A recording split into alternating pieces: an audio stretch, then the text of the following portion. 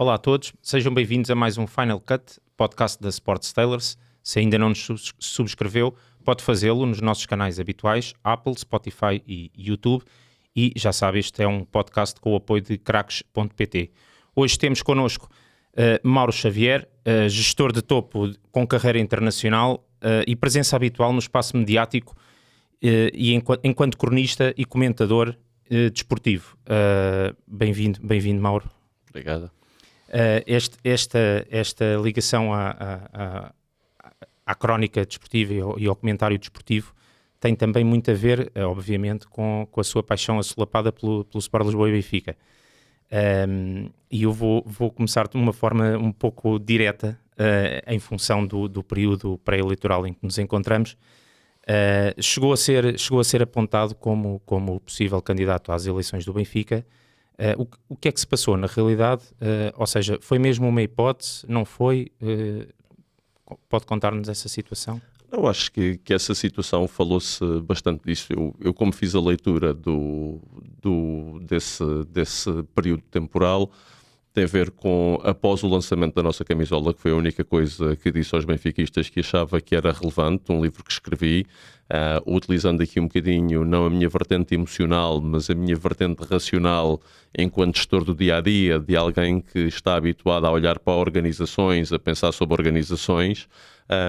Quis que o meu contributo fosse um plano estratégico para o Benfica de médio prazo. Após esse livro ter saído, efetivamente recebi muitos incentivos a que desse voz e pretendesse corporizar essa estratégia naquilo que pudesse ser uma candidatura ao Benfica. Aquilo que eu digo sempre é que mais do que pessoas deve haver uma reunião em volta de ideias, e foi isso que tentei ver. Acho que numa organização como a Benfica não estamos a falar na mesma coisa que existe, e muitas das vezes tenta-se tentar isto, acharmos que somos benfiquistas diferentes. Não, nós no Benfica todos queremos a mesma coisa, queremos que o Benfica ganhe, que o clube seja sustentável, que seja vencedor.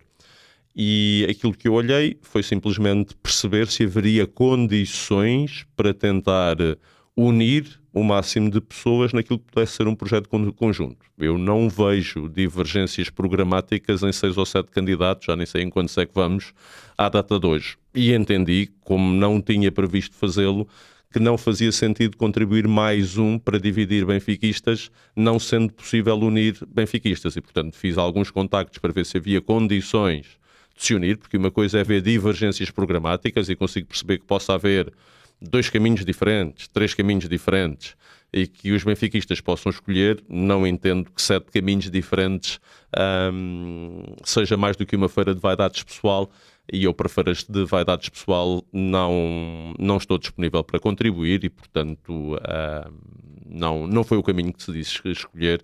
Mantive-me fiel aos princípios que pus desde o início, que era contribuir com ideias.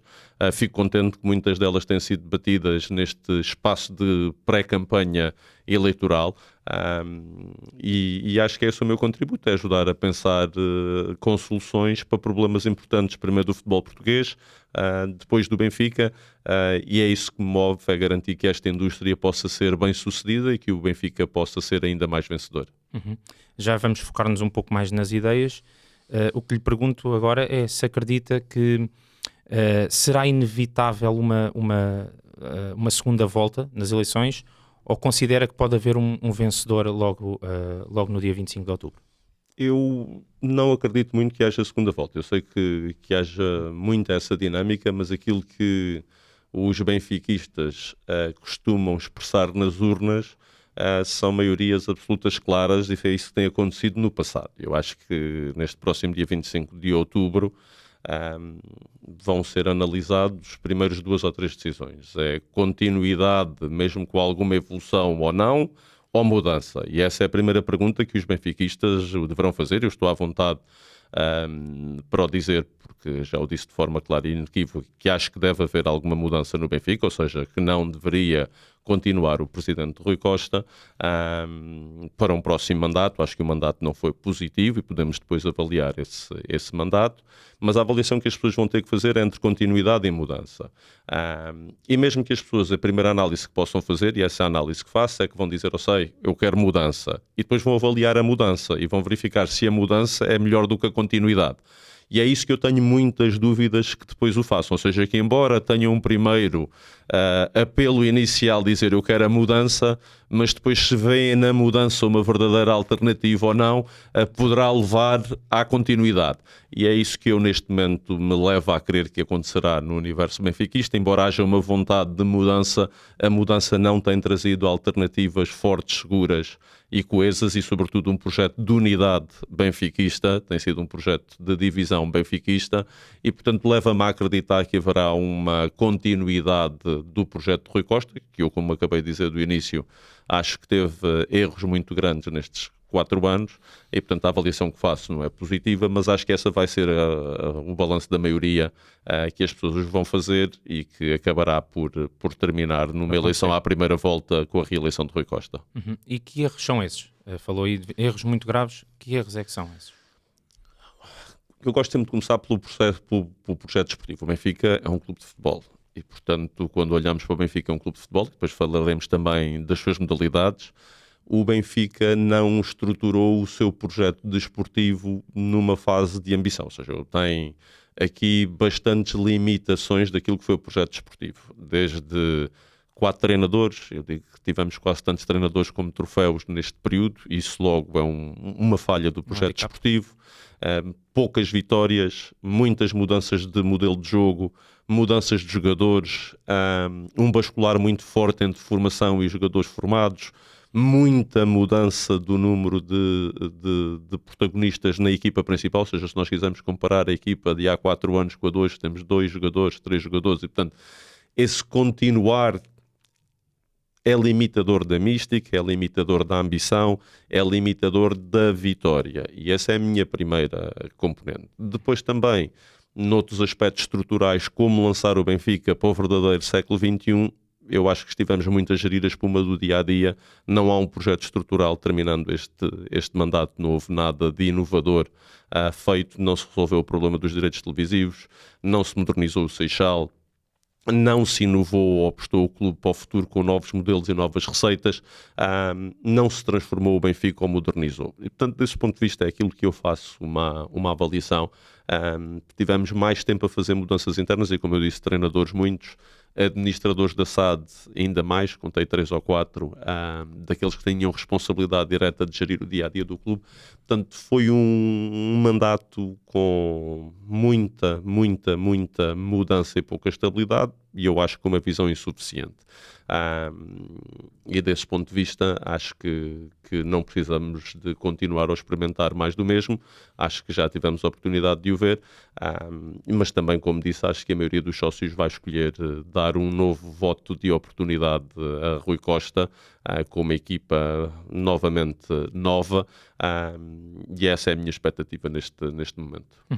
Espera então uma renovação significativa na lista de Rui Costa, ou acho, creio que, pelas palavras que me diz, que se justifica essa renovação? Eu acho que essa renovação o Rui Costa teve a oportunidade de a fazer há 4 anos e não a fez, por vontade, por momento, por aquilo que surja, mas foi fazendo durante estes últimos anos.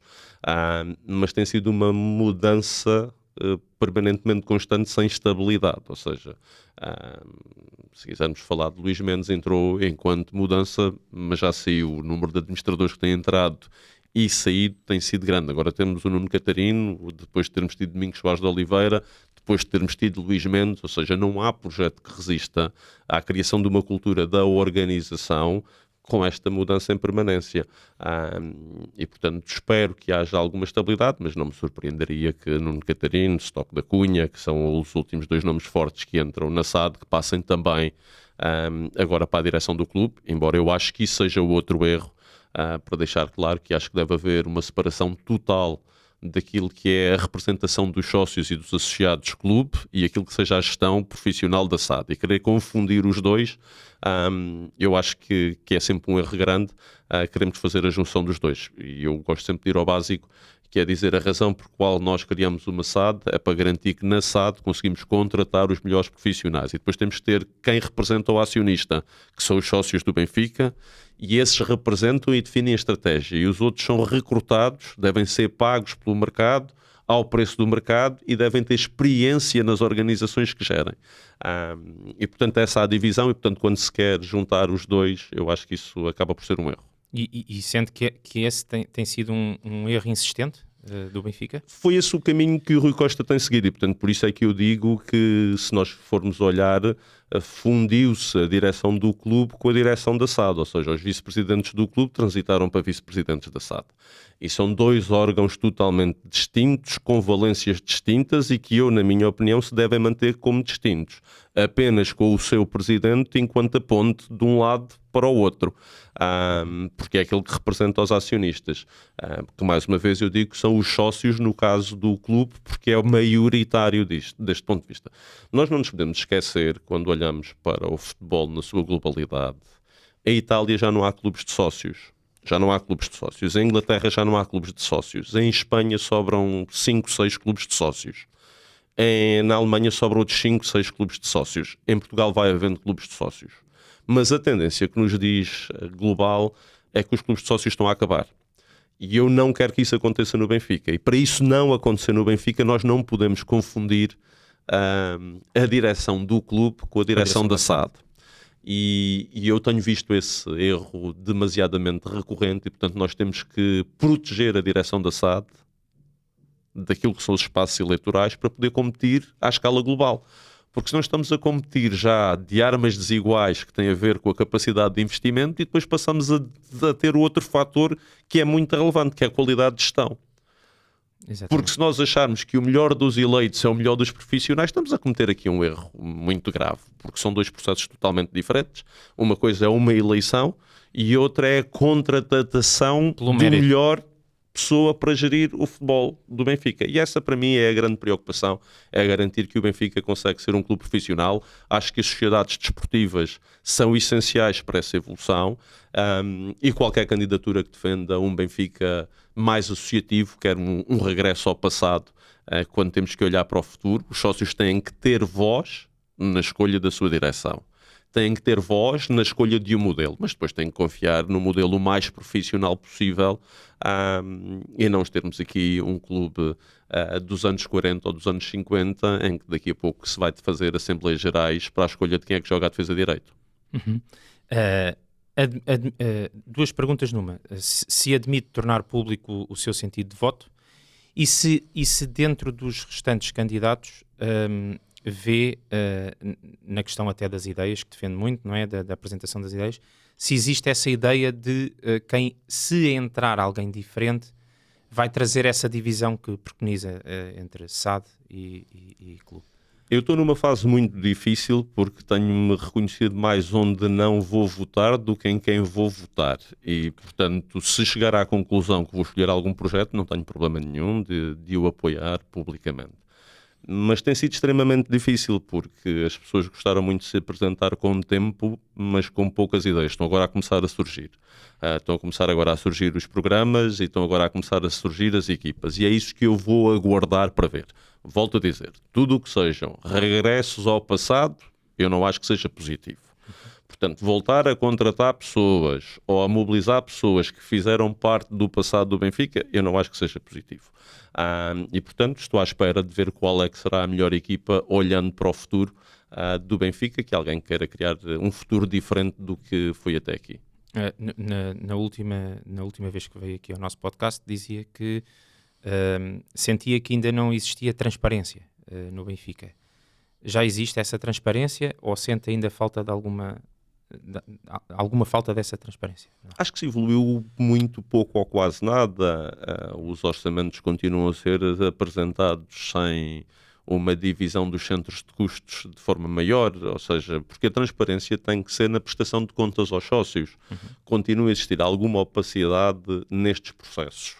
Continua a existir alguma opacidade de como é que as decisões são tomadas. Não estamos a falar de ingerência sobre a participação do dia-a-dia do clube, como acabei de dizer, ele deve ser o mais profissional possível e o mais separado daquilo que são os seus acionistas ou sócios, mas depois tem que haver uma prestação de contas. E é no momento da prestação de contas que continua a existir ainda pouca transparência nesse momento e nessa chave. E é esse a componente que eu digo que tem que ser mais pedagógica e daí defender a separação de um e de outro. Acho que deve haver muito mais comunicação aos sócios e deve haver muito mais explicação do porquê determinadas medidas estarem a ser tomadas ou determinadas decisões estarem a ser feitas. Uhum. E porquê é que sente que isso não é feito de forma mais clara? Eu acho que acaba por ser também pelo estilo das lideranças. As lideranças são mais da espuma dos dias e não olhar para aquilo que é uma visão estratégica. Fala-se muito A longo pouco prazo. de estratégia no Benfica. Qual é o objetivo principal? E depois é mais difícil garantir que a organização se mobiliza com esse objetivo principal e vai desde as pequenas coisas do dia-a-dia às grandes coisas. E por isso eu digo sempre que eu vejo o Benfica como uma extensão da família e nós na família gostamos sempre de nos focar das coisas que nós fazemos bem. E eu gosto de me focar nas coisas que nós fazemos bem mais do que naquelas que temos que melhorar. Mas quero garantir que quem esteja a organizar o Benfica se foque em melhorar o Benfica. E é esse o ponto que para mim é muito importante, é garantir que quem quer que seja a nova direção traz uma visão clara de futuro e que nós percebemos para onde é que estamos a levar o Benfica e como é que o Benfica vai evoluir nesse espaço. Uhum. Um dos temas muito falados nesta fase, e já há algum tempo, está relacionado com a centralização dos direitos de transmissão. O que é que seria, na opinião de Mauro Xavier, o que é que seria desejável para o Benfica? Eu gosto sempre de dizer que nós temos que ir para ideias concretas. Depois podemos discordar do modelo ou não discordar do modelo. O Benfica tem uma oportunidade única e, portanto, deixar aqui 3 notas importantes. Eu sou totalmente favorável à centralização dos direitos desportivos. Acho que não há hipótese de o caminho não acontecer por esse lado. A questão sempre é o como. E, portanto, vamos ter que discutir o como. E o Benfica tem uma oportunidade de ouro para mostrar o como. Porque faltando 2 anos até à centralização ocorrer, o que o Benfica fizer entre agora, o término do contrato que temos atualmente com a nós, e o início do contrato de centralização, pode mostrar o mercado. E eu acho que aí é que o Benfica tem que liderar. Não tem que liderar a substituir-se a Liga ou a Federação ou ao Governo. Tem que liderar mostrando a inovação do modelo. E como é que este modelo pode inovar? Okay? E é esse o ponto que eu tentei traduzir na nossa camisola, mostrar um bocadinho o que é que pode ser o futuro. Temos que dar aqui sempre 1 ou 2 passos prévios para perceber, porque às vezes nós temos que aprender da história para ver o futuro, para evitar repetir erros. E o futebol em Portugal surge num contexto que é o seguinte. O Joaquim Oliveira, que foi um visionário antes do seu tempo e acabar por dar as condolências à família também por aquilo que aconteceu, que partiu há pouco tempo, foi um visionário e criou um modelo de futebol pago em Portugal. Porque conseguiu adquirir o custo de clubes com muita dificuldade financeira num determinado momento, por um baixo preço, e, portanto, o valor dos subscritores pagos libertava a margem entre o produto que ele tinha adquirido e o valor disponível no mercado. Exatamente. Portanto, os clubes estavam estrangulados, ele comprou os conteúdos e pôs. Um bocadinho muito parecido com aquilo que aconteceu com o Netflix. O Netflix comprar bons conteúdos muito baratos, consegue ter muitos subscritores a um baixo custo. Quando tem que pagar grandes custos de produção, as pessoas começam a desinteressar-se porque o valor vamos assim dizer, da mensalidade começa a atingir um valor que as pessoas já não têm interesse no valor do conteúdo. Aconteceu uma coisa com o malogrado presidente também do Benfica, Valde Azevedo, de má memória, que foi rasgar o contrato com a Sport TV, conhece-se esse ato. A seguir foi criada a Benfica TV para combater isso, onde se mostrava que o Benfica sozinho conseguiria mais receitas do que através de um operador. E esse foi o modelo que fez crescer as receitas do Benfica. Chegou-se a ter a Premier League, e as pessoas às vezes esquecem-se dessa componente, e conseguiu-se mostrar que o Benfica valia 40 milhões de euros. Há um novo contrato com a nós. Porquê é que surge esse novo contrato? Foi o momento em que a antiga Portugal Telecom tem a separação da parte da rede de cabo com a sua parte de rede móvel. É criado um novo operador pela fusão do cabo com a Ótimos na altura, e os operadores são os players que em Portugal têm interesse em ter clientes de cabo, em ter clientes pagantes de televisão. E é quando esses 2 operadores não estão em monopólio, ou neste caso no oligopólio, Exatamente. e que há um leilão para ficar com os direitos. E todos sobem, os do Benfica, os do Porto, os do Sporting e de todos os que negociaram. Exato.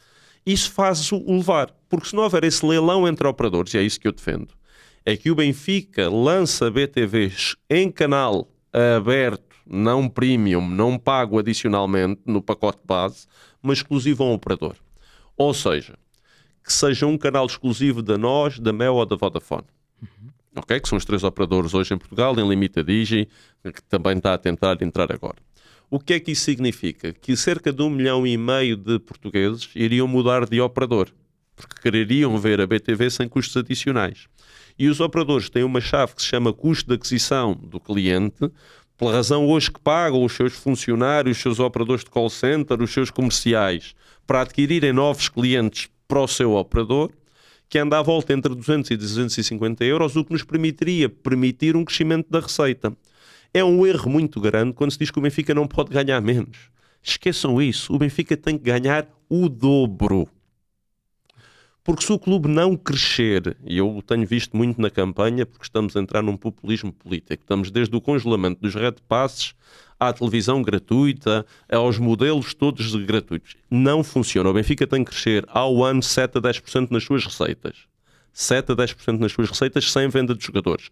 Tem que se mudar o modelo e falaremos à frente daquilo que é o modelo. O Real Madrid, que fatura neste momento quase 5 vezes mais do que o Benfica, ou 5 vezes mais do que o Benfica, está a crescer a 10% ao ano.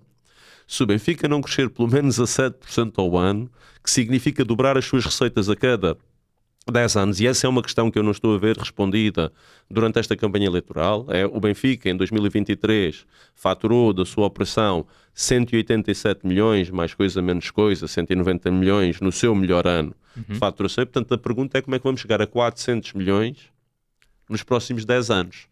Que é sem essas questões, não é? A 7% ao ano. Portanto, sempre que alguém disser que vamos ficar igual, significa que tem que se encontrar outra fonte de receitas para dar 50 milhões. E se a fonte de receitas dos prémios da UEFA não vai dobrar, já vamos ter que encontrar outras fontes de receitas. E foi isso que na nossa camisola eu tentei fazer, que é como é que se consegue casar um projeto desportivo de futuro com o aumento de receitas. Porque se nós não formos competitivos, estamos a ver um dos mercados completamente loucos, o futebol português não tem capacidade de comportar estes valores que foram gastos este ano. Vamos pagar este desvaneio durante muitos anos, não é só o Benfica, mas o Benfica, o Sporting, o Porto, o que foi gasto neste mercado, o próprio Braga, passou em muito o investimento habitual, o bom senso, as capacidades financeiras, e embora no Benfica tenha vendido mais do que tenha comprado, naquilo que é a componente de estoque contabilístico, mas o Benfica tem um déficit da sua operação e, portanto, esse déficit não foi saldado nesta operação deste ano. E existem aqueles negócios também que a pagar no exercício seguinte. Do ponto de vista de contabilístico, independentemente do momento do pagamento, as amortizações, ou seja, um jogador custa 20 milhões, que tenha um contrato a 5 anos, ele, independentemente do dia que se paga, contabilisticamente custa 4 milhões a cada um dos anos seguintes. Certíssimo. Sim. É isso que entra nessa componente. E, portanto, essa passagem ao longo dos anos já existe sempre feita no balanço. Já está contemplada. Já está contemplada. Depois temos um problema de liquidez, é quando é que vamos pagar, que é uma coisa diferente. E depois, quando não temos dinheiro para pagar, temos que ir pedir dinheiro emprestado e vão aumentando os juros da dívida que vamos ter que ir pagando, que é outra questão diferente, que é, nós temos o ativo que tem o valor, mas depois vamos ter que pagar um juro. E esse juro vai fazer com que o saldo da nossa operação seja mais deficitário e depois que obriga a vender mais jogadores do Benfica para fazer face a essa receita, e por isso é que eu digo que o modelo deixou de ser sustentável e temos que voltá-lo a permitir que ele seja sustentável para permitir fazer investimentos no futuro do clube. Pedro Proença, o presidente da Federação Portuguesa de Futebol, pergunto-lhe se justifica a atenção que alguns candidatos lhe estão a dar ou não. Eu acho que coisas que aconteceram no passado devem se impor. Pedro Proença é o próximo presidente da Federação, só haverá eleições da Federação daqui a 4 anos. E, portanto, aquilo que eu quero perceber é como é que os candidatos ao Benfica querem disputar o próximo ato eleitoral. E era isso que eu gostava que me dissessem. Se vão querer mobilizar uma lista própria, se vão querer influenciar o órgão agora, que propostas é que vão querer fazer, o que é que vão levar à votação. Não, para dar um exemplo muito, muito concreto. O Benfica não levou nos últimos 4 anos nenhuma proposta de reformulação dos quadros competitivos. O Benfica não levou nenhuma proposta de reformulação da disciplina. O Benfica não levou nenhuma proposta de reformulação da arbitragem. E poderia fazê-lo. E são essas as propostas, mais do que personalizarem na pessoa A, B, C ou D, e eu volto a dizer sempre isto, eu gostava que os candidatos me dissessem o que é que pensam sobre a arbitragem, o que é que pensam sobre disciplina, o que é que pensam sobre quadros competitivos, o que é que pensam sobre essas grandes questões, porque tem que se encontrar consenso para além do Benfica. Portanto, primeiro o Benfica tem que ter um projeto e depois tem que encontrar consenso nos outros players. Porque senão não vai transformar rigorosamente nada, senão estamos a falar de fogo de artifício.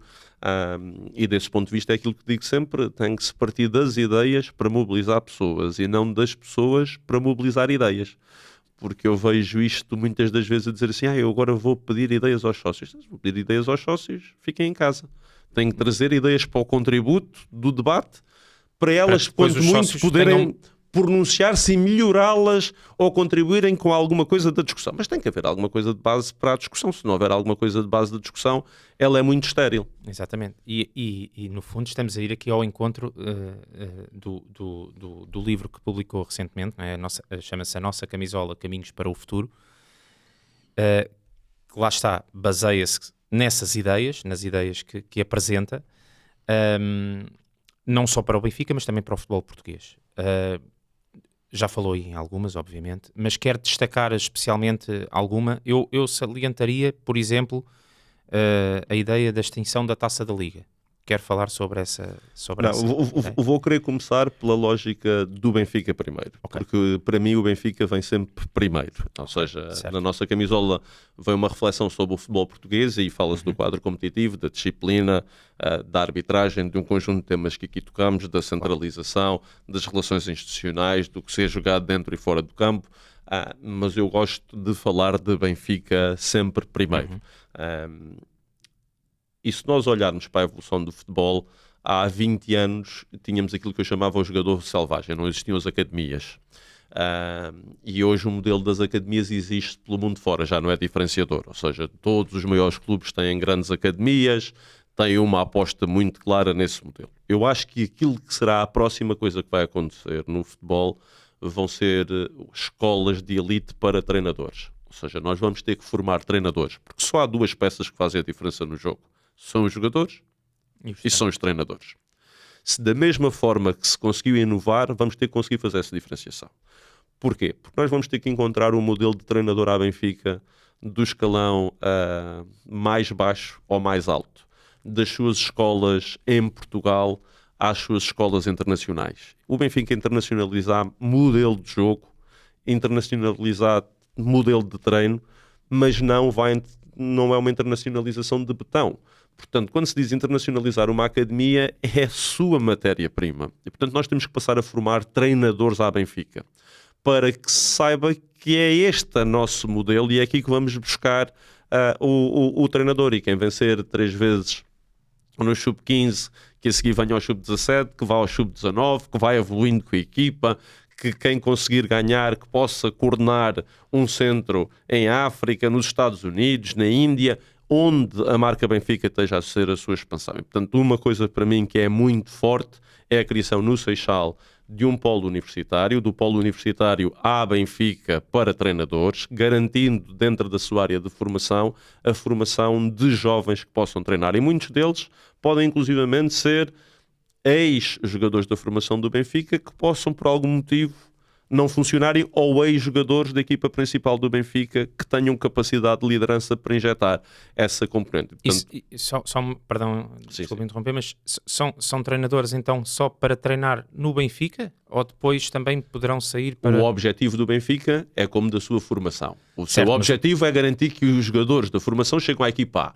Nós sabemos que não vão treinar todos. Se formar 30 treinadores por ano, o Benfica não vai ter 30 treinadores da sua formação na equipa A, mas vai poder escolher que o melhor ou o segundo melhor da sua turma possa ter a ambição de lá chegar e, portanto, passar a ter aqui uma pole. Para entrarmos aqui um bocadinho nisto, eu chamo-lhe o síndrome das ex-mulheres, parece que só se pode voltar a treinar o Benfica quem já treinou o Benfica, e o Benfica tem uma série dessas histórias dos regressos ao passado, de ir buscar pessoas que tiveram antigos treinadores, e eu gosto mais de olhar para modelos de formação de treinadores. Porquê? Porque estes treinadores são aqueles que conheceriam melhor que ninguém a nossa formação, porque passaram por ela, porque cresceram com ela, porque estão integrados nos valores do clube e no modelo do clube. E esse é o nosso diferenciador. Não é a cada momento fazer um reset da nossa história. Se nós nos queremos, e eu volto a dizer, e eu não tenho dúvida disso, à escala global, se nós não vamos conseguir combater quem tenha mais receitas por investimento, porque queremos um clube dos sócios, temos que nos diferenciar na matéria-prima e na matéria humana. E para nos diferenciarmos na matéria-prima e na matéria humana, as duas coisas que podem mostrar que o Benfica é diferente tem a ver com a mística dos seus jogadores e a mística dos seus treinadores. Essas é aqueles que podem ter influência. Depois temos a mística da sua massa adepta. Estes são os três diferenciadores que fazem com que o Benfica não seja outro clube. E aquilo que eu estou a dizer é que é essencial voltar a pôr no centro da discussão a componente do treinador à Benfica e olhar para um planeamento de médio prazo, que leva a mudar a sua formação, mas depois também os seus treinadores da equipa A. E esse, para mim, é o ponto fulcral. É normal, como o Benfica tem jogadores que às vezes xingram no outro lado, que possa ter um treinador formado nas escolas do Benfica, que depois xingra no outro lado. Acontece N vezes. Portanto, não é exclusivo disso. Mas é um critério muito diferenciador para aquilo que possa ser o modelo de futuro do Benfica. E esse, para mim, é um ponto muito importante. Dá-lhe aqui outra nota antes de irmos às questões mais da remodelação dos quadros competitivos, e falarei sobre ela de imediato. Que tem a ver com garantir que passamos a ter um administrador com o piloto da formação ao mesmo nível que temos o diretor de futebol. Nós temos que garantir que o futuro e o presente estão conjugados ao mesmo nível na direção.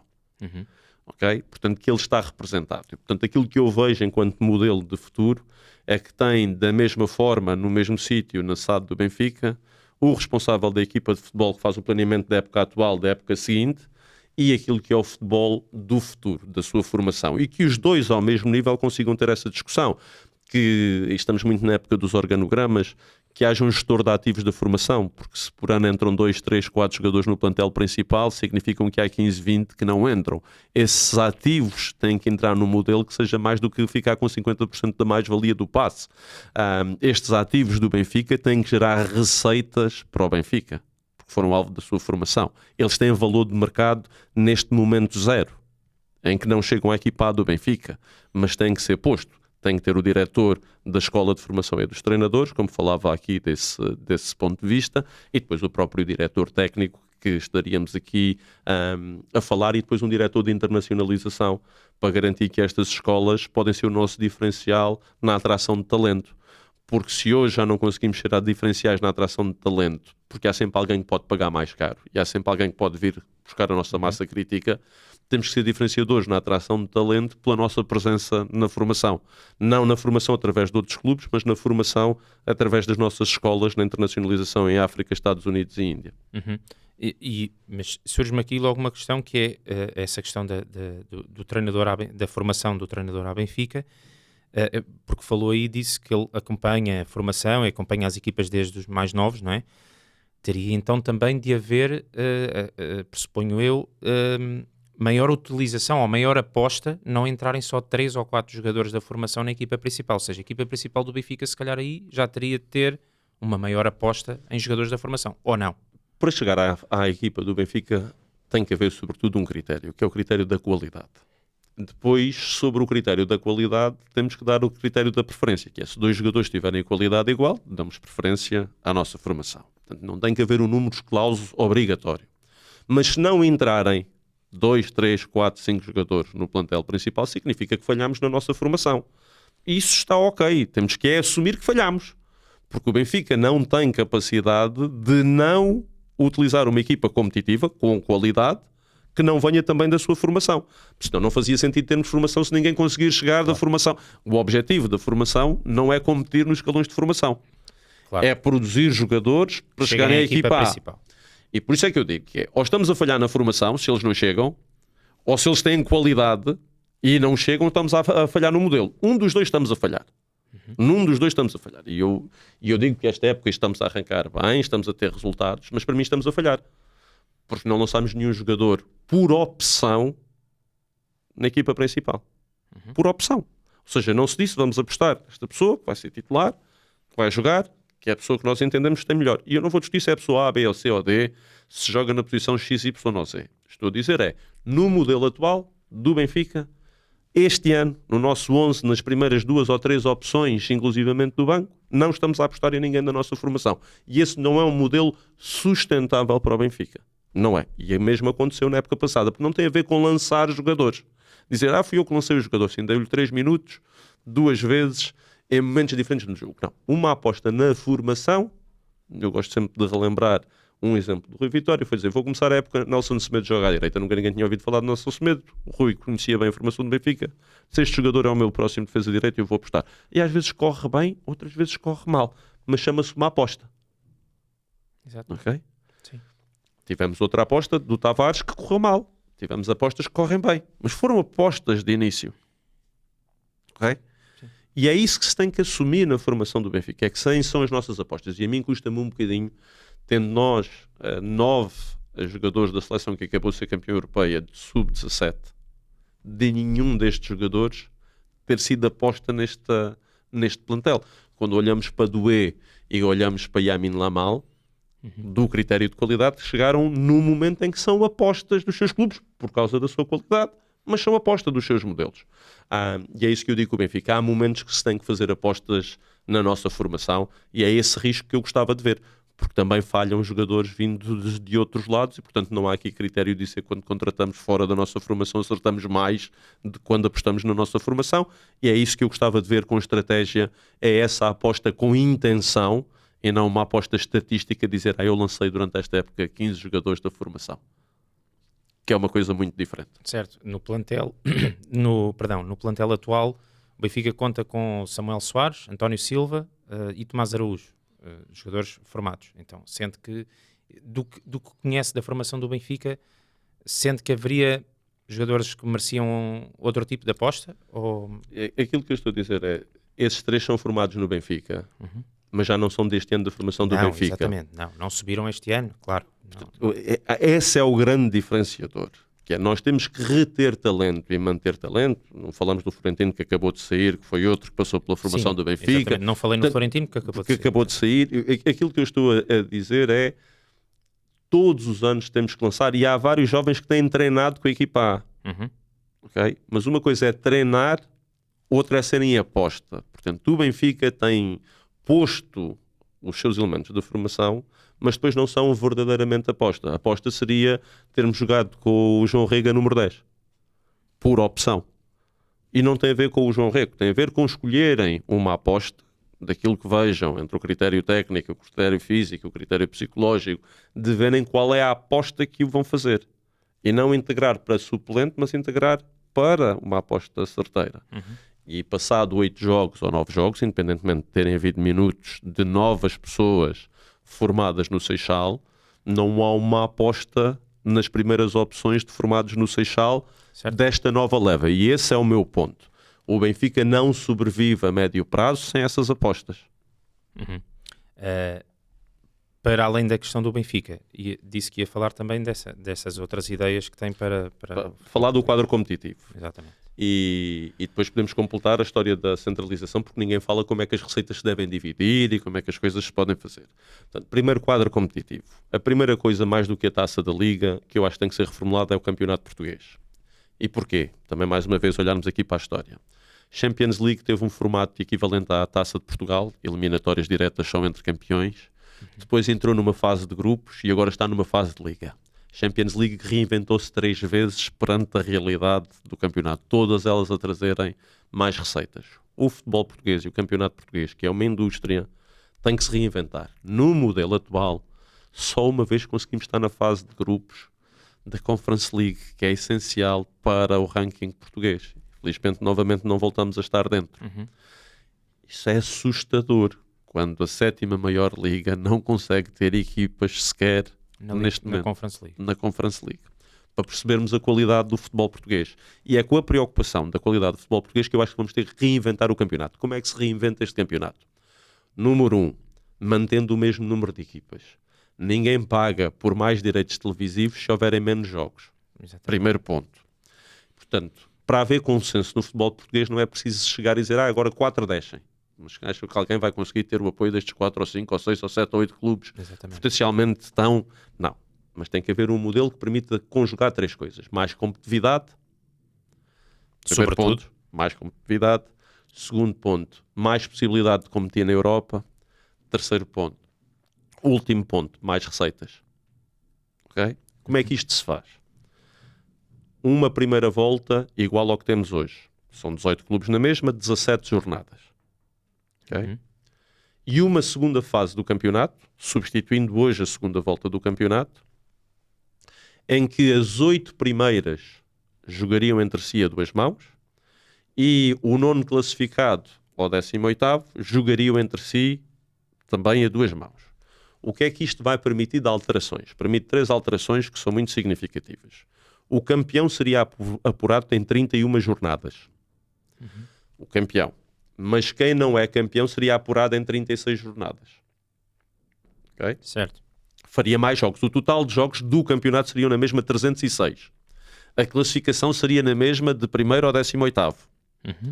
Porque os primeiros 8 são classificados de 1º ao 8º e os outros daí para a frente. Mas permite 2 coisas a seguir muito importantes. Passaríamos a ter 3 Benfica Sportings, 3 Benfica Portos. Um da primeira fase e outro do apuramento de campeão.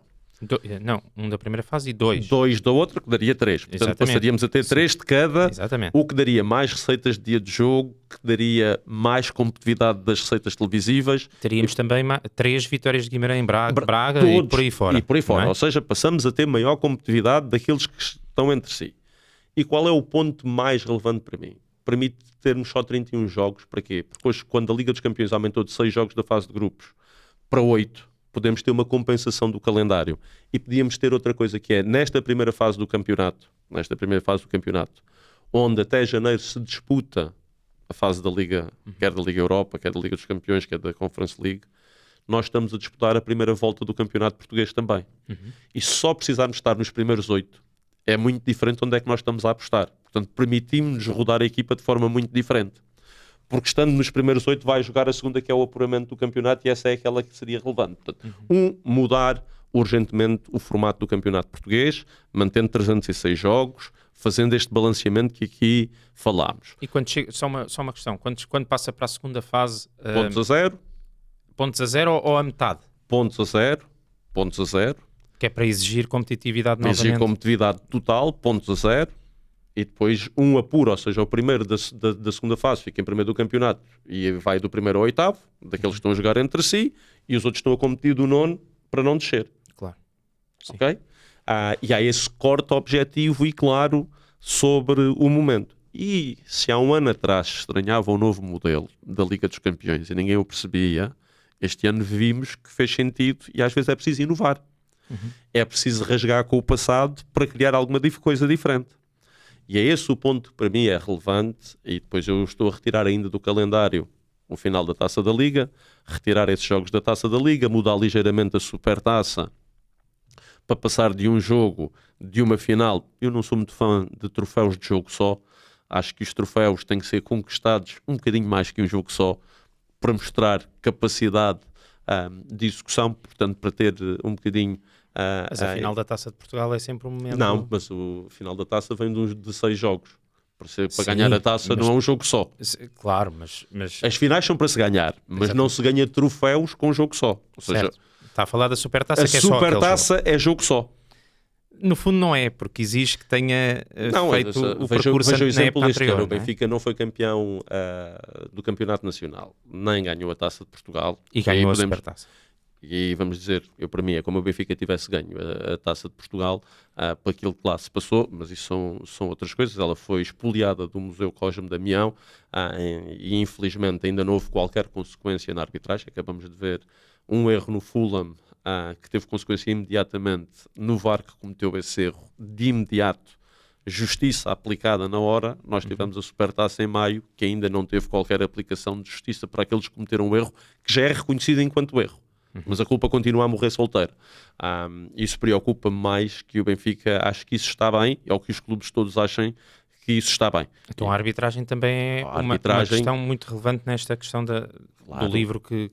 A arbitragem e a disciplina têm que sair da zona de influência dos clubes. Nós não podemos ser juízes em causa própria. Vamos ver o seguinte. Nós estamos a pedir aos clubes para aprovarem um regulamento para aplicarem sanções eles próprios. Quão duros acham que esse regulamento vai ser? Por isso é que as multas são ridículas. Porque são os clubes a votar nos próprios clubes. O futebol português é a responsabilidade do governo que delega na federação, que delegou no futebol profissional na liga. Manteve a arbitragem e a disciplina consigo. O desafio que eu faço é que a arbitragem e a disciplina não seja delegado em quem gera os quadros competitivos. Porque esses são os garantes que ela funciona. E esse é o ponto que eu digo. Não podemos ter a arbitragem e a disciplina na alçada da federação ou da liga, porque isto tem dado aqui o ping-pong histórico de estarem de um lado ou do outro. Tem que estar fora dos dois. Os clubes não podem ter interferência nestas duas classes. Certo. Okay? Portanto, é essa separação que urge fazer, com uma maior profissionalização e com uma garantia de qualidade também dos seus agentes. Não é só a isenção que vem dela, é porque se eu sou eleito pelos clubes, eu acabo por ter alguma dependência direta dos clubes, quer se goste mais ou não. Claro que sim. Mas ainda não falámos então da questão da Taça da Liga, que defende, obviamente, a extinção dessa competição. O que lhe pergunto é, se a Taça da Liga, e já poderá explicar a razão dessa decisão, ou dessa ideia, mas o que lhe pergunto é, se a Taça da Liga, se vencer a Taça da Liga em Portugal desse direito a um lugar na Conference League, vamos imaginar, teria a mesma ideia? Exatamente igual. Por 3 razões. A Taça da Liga foi uma boa ideia para garantir que existia mais competição dos quadros competitivos quando se passou de 18 para 16, que quando se recuperou dos 16 para 18 se manteve. As competições europeias aumentaram também o número de jogos e manteve-se esta competição, ou seja, nós passamos a ter mais jogos no calendário do que conseguimos aguentar. Temos ouvido pela Europa fora a questão das lesões dos jogadores e do custo total do plantel. Porque para jogar estas competições todas estamos cada vez mais influenciados. E depois perdeu a sua essência, porque a sua essência era poderem jogar os clubes da primeira e da segunda liga. Neste momento já não jogam. Neste momento foi-se reduzindo por causa do quadro competitivo, até que se tem um aborto competitivo. Certo. Pronto. E, portanto, disse que era-se para internacionalizar as ideias. Repare, nem a Taça da Liga se consegue encontrar receitas centralizadas decentes. Mal se paga a si próprio os prémios da competição. Portanto, este é um modelo que não faz sentido, não é da tradição portuguesa.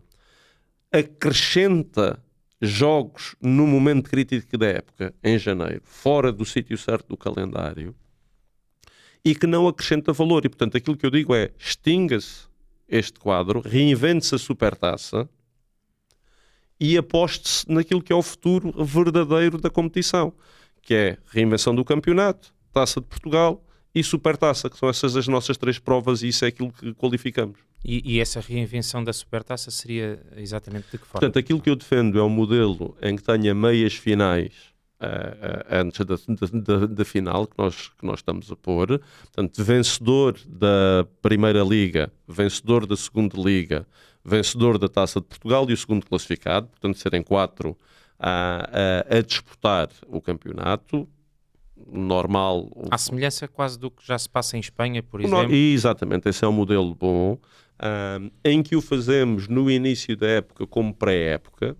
Claro que nos anos do Mundial de Clubes, e agora podemos discutir esse momento, se ele pode ser um bocadinho mais avançado na época ou não, e podemos discuti-lo qual é o calendário, mas claramente substituir um por o outro. Ou seja, deixamos de ter a Taça da Liga, percebemos que o modelo de Final Four no fim do dia funciona, só temos um pré-jogo hoje, antes do Final Four, porque todos os outros jogos não teriam interesse no calendário, e temos aqui 2 competições menos relevantes e passaríamos a dar mais relevância a essa competição, que seria a Supertaça. A Supertaça. Ou seja, mesmo havendo a possibilidade de um clube ganhar essa... Porque, só mesmo para fechar este tema, o que foi sempre apontado, a falha que foi sempre apontada à Taça da Liga, era essa questão... Porque em países estrangeiros nós vemos que os clubes que ganham a Taça da Liga têm acesso o problema à competição é que Portugal europeia. não vai ter, ou dificilmente tem mais do que a presença de 5 pessoas, 5 clubes nas competições europeias. Podemos ambicionar o 6º se conseguirmos subir mais um lugar nas provas, mas dificilmente o teremos. E já percebemos que essa falta de competitividade não pode vir de torneios que não sejam de regularidade. Portanto, eu não sou adepto de lhe atribuir um lugar. Portanto, eu sou adepto da sua extinção. Porque ela foi criada para dar receitas aos clubes da segunda divisão. Ela foi criada para permitir rodar. Se lembra a regra da origem, ela obrigava a ter um conjunto de números de titulares e Exatamente. as pessoas apostavam nela enquanto uma prova de formação, porque permitia ter vários jogos. Aparentemente, que vão a uma final, já não há aposta na formação. Pois não. O mundo mudou muito. Foram criadas as equipas B, foram apostadas um conjunto de coisas em paralelo. A Liga Revelação e por aí fora. Que deixaram que existisse isto, porque nós termos uma taça da Liga, para ver os talentos que tínhamos, numa prova que tinha 8 jogos, versus uma prova que hoje o campeão é decidido com 3, fazia uma competição diferente para todos os clubes envolvidos. Hoje a taça da Liga não representa a Liga porque a maioria dos clubes não jogam nessa competição e sabem à partida que não têm hipótese de entrar nessa competição.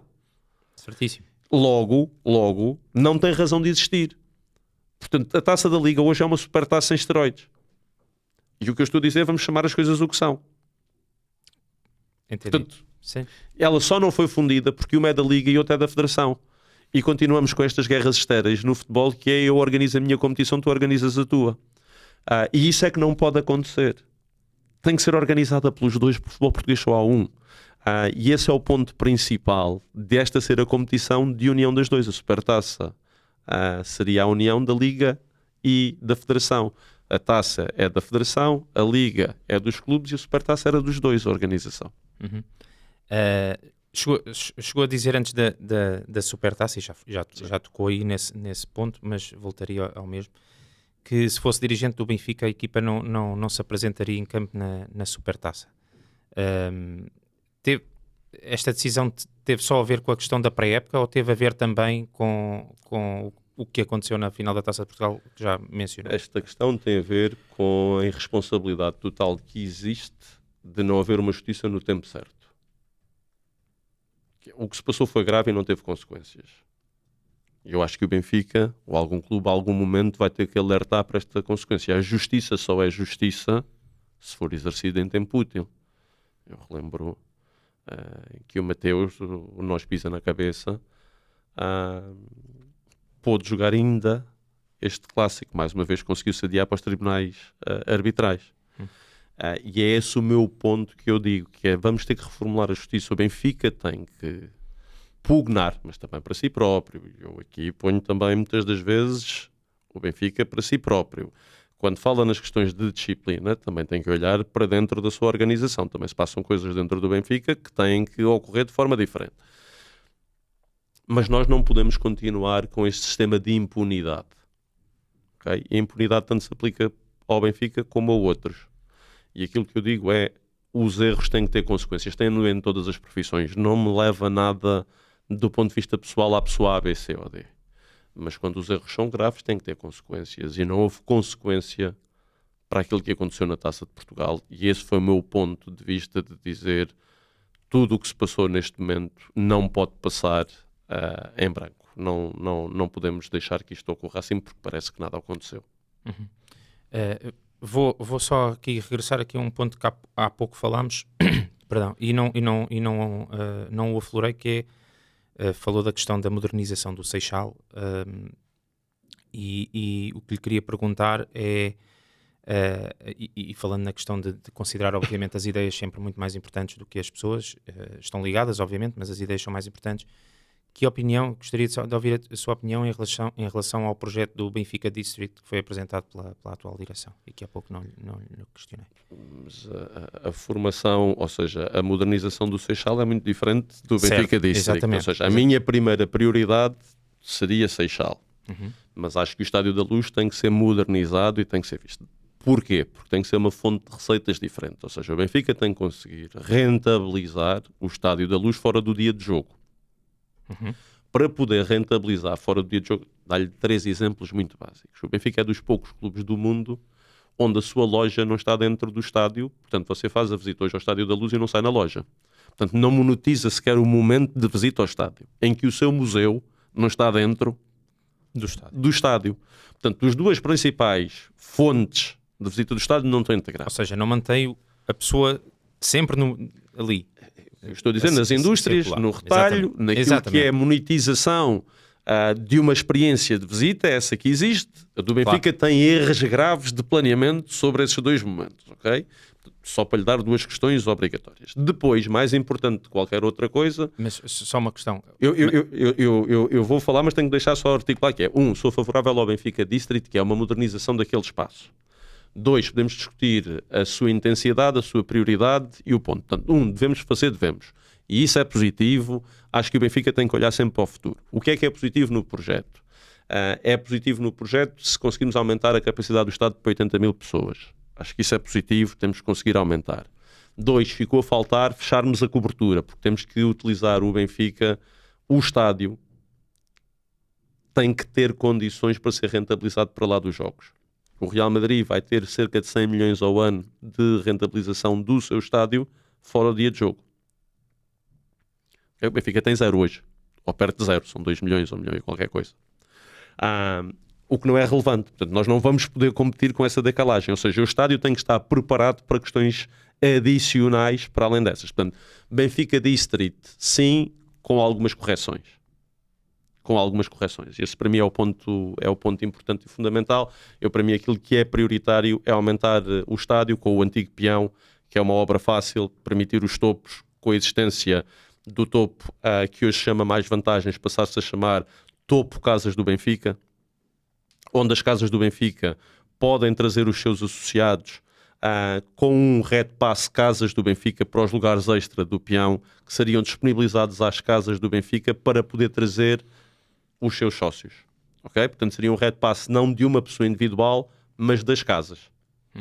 Portanto, seriam pagos, seriam ao preço normal, mas imagina, a casa de Braga podia dizer: eu quero 20 Red Passes Casa do Benfica, organiza o seu autocarro e traz as pessoas, mas tem acesso ao bilhete. Certo. Não tem aqui um outro sistema diferente para valorizar as casas do Benfica. E, portanto, todos nós gostamos de experienciar o futebol de maneiras diferentes. Quem gosta de experienciar em pé passaria a ter uma zona específica para o poder fazer. Em relação à questão da experiência que falou, que disse que não está a coisa bem estruturada para... mas isso também é uma situação que não é de agora, ou seja, não... Mas quem está na liderança tem que ir resolver os problemas, claro, e tem que pensar neles, ou seja, não é não ter sido resolvido até agora, não significa que quando olhamos para a sua solução não se olhe pelos de médio prazo. Ou seja, dá-lhe um exemplo do que é que eu não gosto no Benfica District. Termos uma zona para atletas dormirem, já nem vou discutir a questão do hotel, mas termos uma zona que eles chamaram de residências para alguns atletas do clube, eu acho que não faz sentido. É uma zona premium de Lisboa. Ela tem que estar num sítio diferente. Eu sou favorável à existência em Tires, com a integração perto do autódromo, do Estoril e do aeródromo da cidade de modalidades do Benfica, e aí sim que todas as suas modalidades estivessem centradas num único espaço e que ali, no Estádio da Luz, estivesse focado exclusivamente para a componente do dia de jogo e a exploração de eventos, com a sua integração de forma diferente. Se é uma visão diferente, agora, o projeto é meritório, o projeto deve avançar, tem que levar alguns contributos de algumas correções, mas sinto que, desse ponto de vista, a direção do Benfica tem estado aberta a receber contributos, mas eu acho que é isso que faz falta ao Benfica, é pensar o futuro um bocadinho mais, é criar o futuro. Só para fechar a questão do livro da nossa camisola, creio que, e há pouco falou que mais à frente explicaria melhor, ficou a faltar aqui falarmos da questão da centralização, mas como é que seria a divisão? Pronto, eu na centralização defendo 3 questões-chave. Há bocado falamos de qual é que é o modelo. Portanto, o modelo deve ser de leilão entre operadores, em que o futebol fica exclusivo a um dos operadores sem se pagar mensalidade a mais dos 34,99. Portanto, isso obrigaria a mudar de um lado para o outro. E depois, como é que isto se divide? 2 formas. Primeiro, este leilão seria exclusivo para Portugal, e depois já vamos falar da internacionalização. Portanto, em Portugal, como é que se dividiria? 30% a dividir por todos, de forma igualitária, todos os clubes. 30% a dividir por todos os clubes. 70% cortado em 3 fatias. Okay? Como é que seriam estas 70%? Portanto, é 1/3 de 70%, vamos assim falar. 1/3 baseado na classificação do campeonato, mérito desportivo. Uma questão muito óbvia. 1/3 com base no share da competição, Ou seja, se o meu jogo representou no total 2% do total visualizado, eu recebo 2% de 1/3.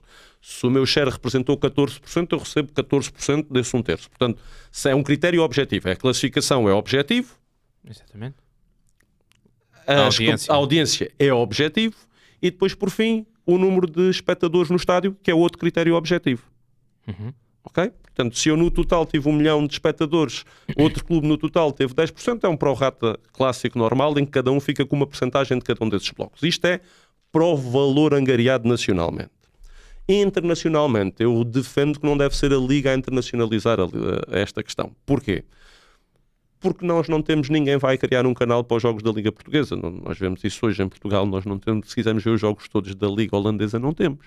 Se nós quisermos ver os jogos todos da Liga Belga, não temos, e por aí adiante. Se quisermos ver os jogos todos da Liga, não há capacidade para fazer isso. Mas em relação à Liga Portuguesa? A qualquer outra liga. Eu vou dizer porquê. Sim. Exatamente. Não tem a ver com a portuguesa. Eu estou a dizer, se já provamos que as outras não são capazes, claro, não vamos achar que nós vamos ser melhores. Certo. Aquilo que eu defendo é que cada clube possa internacionalizar, no modelo atual, os seus 34 jogos. Hoje o Benfica só poderia internacionalizar 37. Ou no modelo futuro que eu defendo, que era 31 o campeão, mas não vamos discutir se é um modelo novo ou um modelo antigo. Vamos dizer, é internacionalizar os seus jogos todos. Exato. Porquê? E isto para dizer o quê? O Benfica, o ano passado, podia ter internacionalizado os seus jogos para a Turquia. Este ano já não ia internacionalizar para a Turquia. Claro. E é uma negociação direta. Mas o que é que iria acontecer? 70% seria para o clube, que internacionalizou, 30% é para dividir por todos. Mantínhamos o fator da equidade. O Sporting já podia ter internacionalizado os últimos 2 anos para a Suécia. Percebemos a razão. Sim. Este ano não iria internacionalizar para a Suécia. Portanto, é uma coisa que vai depender ano a ano e tem que ser responsabilidade dos clubes. Nós não podemos dizer que vamos ficar dependentes do paizinho Liga para internacionalizar. Cada clube tem a responsabilidade de internacionalizar os seus jogos todos. Cada um faça o negócio que quiser. Com a plataforma de streaming, com o mercado específico, como o quiser, porque são as suas fontes de receitas. Fica a saber que o que consiga angariar, 30% vai para o bolo a dividir por todos. Portanto, todos ganham. Mas todos têm o mérito de eu querer internacionalizar as minhas coisas. De eu promover a minha marca, de eu descobrir os meus mercados. E não estar a dizer a Liga não cresceu. As minhas fontes de receitas não podem estar ilimitadas.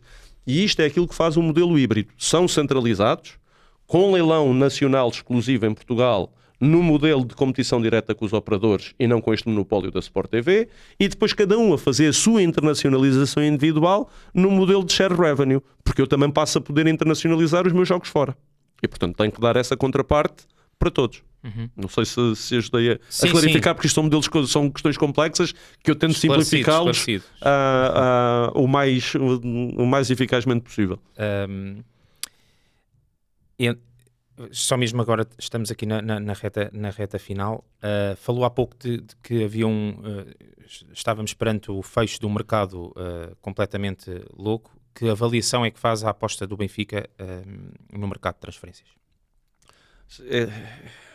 Eu 2 notas, e eu sei que o mercado é sempre momento e ponto. Portanto, mas uma primeira nota. Disse há pouco que sinto sempre pena quando não temos apostas no mercado de transferências na nossa formação. E essa é a minha primeira aposta, que sinto pena neste mercado de não o termos conseguido fazer.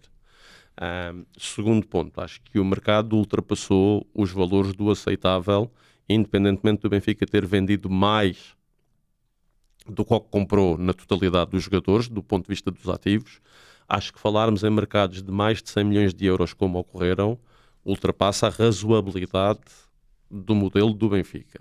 E, portanto, acho que o Benfica tem que apostar muito mais no scouting. Por exemplo, o Ivanovic, um excelente jogador, é uma grande aquisição. Se tivesse sido contratado 1 ano antes, teria custado 4 milhões. E esse é o ponto da antecipação. Depois temos o outro lado da moeda, dizer assim, tá bem, mas aí tem um risco e alguns não vêm tão maduros. Mas o Benfica tem que escolher o seu modelo de negócio para o futuro. E eu defendo um modelo muito mais com aposta na formação daquilo que é Seixal, ou formação de outros clubes que nós conseguimos antecipar a pool de talento. Um pouco à medida do que faz o Ajax, por exemplo, na Holanda. Eu acho que é um pouco à medida do que faz o Benfica, que o Benfica é a referência mundial neste setor. Portanto, nós não nos temos que comparar com ninguém, porque nós somos o melhor deste modelo. Na questão da aposta em jogadores muito jovens. Mas o Benfica ganha mais que o Ajax e o Benfica vende mais que o Ajax. Ou seja, no modelo de sucesso económico e no modelo de sucesso desportivo, o Benfica é melhor do que o Ajax. Portanto, eu não tenho para me comparar com o Ajax. Ou seja, o Benfica é o referencial mundial neste modelo de formação.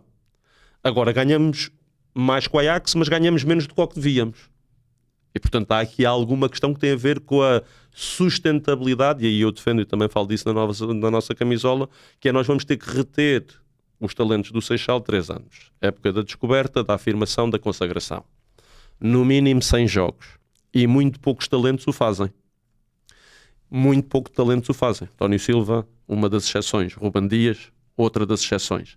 Porquê? Porque quando chegam ao terceiro ano do contrato, exemplo do Florentino atualmente, e faltam 2 anos para o término, é muito difícil conseguir mantê-los, porque se a gente não o vender agora, eles a seguir poderão começar a preparar a saída a custo zero. E isso o Benfica também não se pode dar ao luxo dessa situação. Portanto, manter os talentos de 3 anos, e é isso que ainda não mantemos e não estamos, e isso é aquilo que nos falta para ser uma referência maior, mas eu gosto de dar sempre o Benfica como referência e não ir com esta ideia moderna que todos os anos há um clube que é a grande referência, mas que não tem a história nem o sucesso desportivo do Benfica. Essa questão dos 3 anos, foi isso que faltou com o João Neves?